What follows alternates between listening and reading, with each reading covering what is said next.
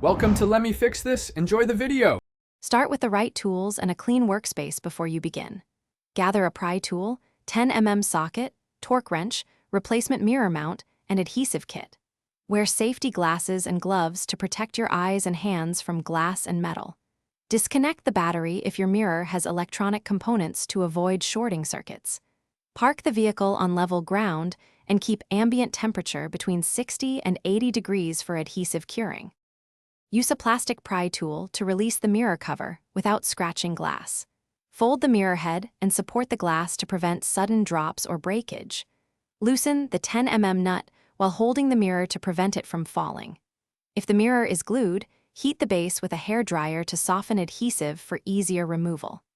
Mark the glass and mount orientation so your replacement matches the original positioning and electrical connector alignment. Clean the windshield glass with alcohol and let it dry completely before installing.